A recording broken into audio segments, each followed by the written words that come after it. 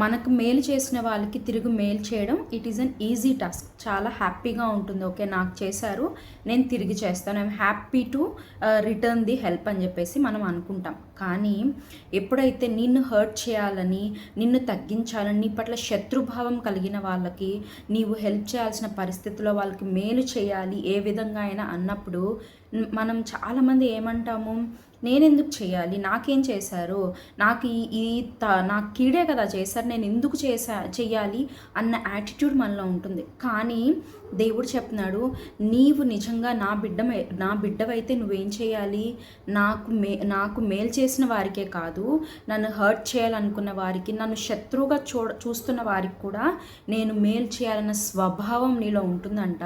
అది దేవుని బిడ్డల యాటిట్యూడ్ అంట. మరి అలాంటి ఒక బిడ్డ మనం చూస్తున్నాం బైబిల్లో, దావీదు. అతను ఏం చేశాడు, తన శత్రువు అయిన సౌలు, యాక్చువల్లీ దావీదు సౌల్ని శత్రువుగా చూడలేదు, కానీ సౌలు దావీదును శత్రువుగా చూశాడు. అయితే దావీదును సౌలు తరుముతూ వస్తున్నాడు, ఎక్కడికి వెళ్ళినా అక్కడికి వస్తున్నాడు. వేరే ప్రాంతం నుంచి ప్రాంతంకి, ఊరు నుంచి ఊరికి, కొండల్లో గుహల్లో దావీదు నివసిస్తూ ఉన్నాడు.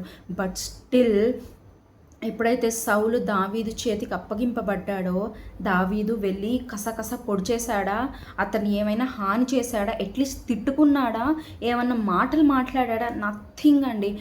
ఏమంటున్నాడు, ఇదిగో నా ఏలినవాడా అని సాష్టాంగపడి నమస్కారం చేస్తున్నాడండి. అంటే తన శత్రువుని సైతం ప్రేమించగలిగే మనస్సు దావీదుది.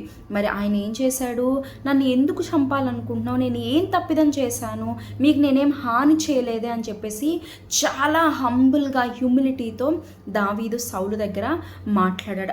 ఆ మాటలకి సౌలు కూడా కరిగిపోయాడు. నిజమే కదా నాయన, ఎందుకు నేను ఇంకా నిన్ను తరమనని చెప్పేసి వెళ్ళిపోయాడు. మరి మనం కూడా మన శత్రువులు ప్రేమించగలిగే పరిస్థితిలో ఉంటే, అవతల శత్రువులు మనల్ని హర్ట్ చేయడం ఆపేసి వారికి కూడా దేవునిలోకి వచ్చి మనల్ని ప్రేమించడం స్టార్ట్ చేస్తారు.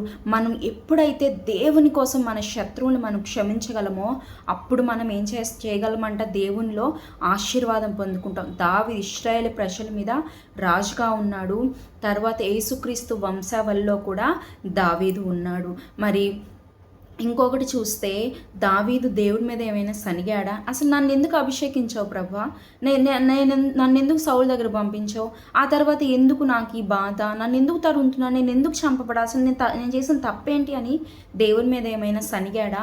ఎక్కడైనా మర్మరింగ్ వినిపించిందా, కంప్లైనింగ్ వినిపించిందా, కోపం కనిపించిందా దావీదులో?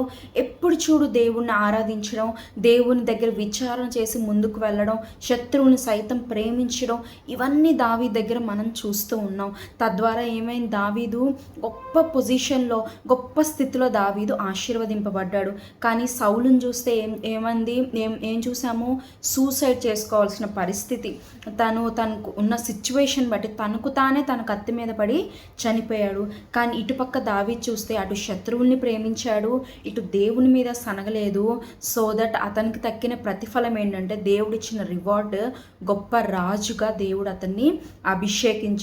హిస్టరీలో దేవుడు అతన్ని నాటాడు. కాబట్టి మనం కూడా మన శత్రువుని ప్రేమిద్దాం. బ్లెస్సింగ్ కావాలని అడుగుతున్న నీవు నీ శత్రువులను ప్రేమించగలగాలి, వారిని ఫర్గివ్ చేయగలగాలి, వారికి నీవు హెల్ప్ చేయగలగాలి. ఇవన్నీ చేసినప్పుడే దేవుడు నీకు బ్లెస్సింగ్ ఇవ్వగలడు.